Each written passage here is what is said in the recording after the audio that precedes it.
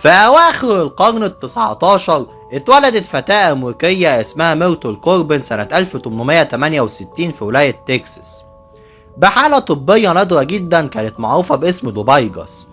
فنصها السفلي اتقسم بشكل غير مكتمل، وده خلى ليها 4 أرجل، 2 منهم كانوا طبيعيين والاتنين التانيين كانوا صغيرين وملتصقين بجسدها.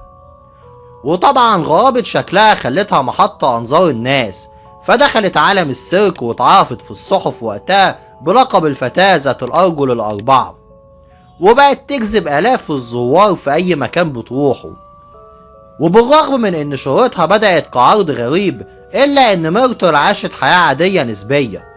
فهي اتجوزت وهي في سن المراهقة من طبيب شاب، وأنجبت منه 5 أطفال، وعلى فكرة كانت صحتهم كويسة، وكانت أم حنونة وزوجة مستقرة، وقدرت إنها تستخدم شهرتها لتأمين مستقبل أسرتها، وحققت دخل كبير جدا، ويقال حتى إنها بقت مليونيرة في وقت كان صعب جدا على النساء إن هم يلاقوا فيه شغل.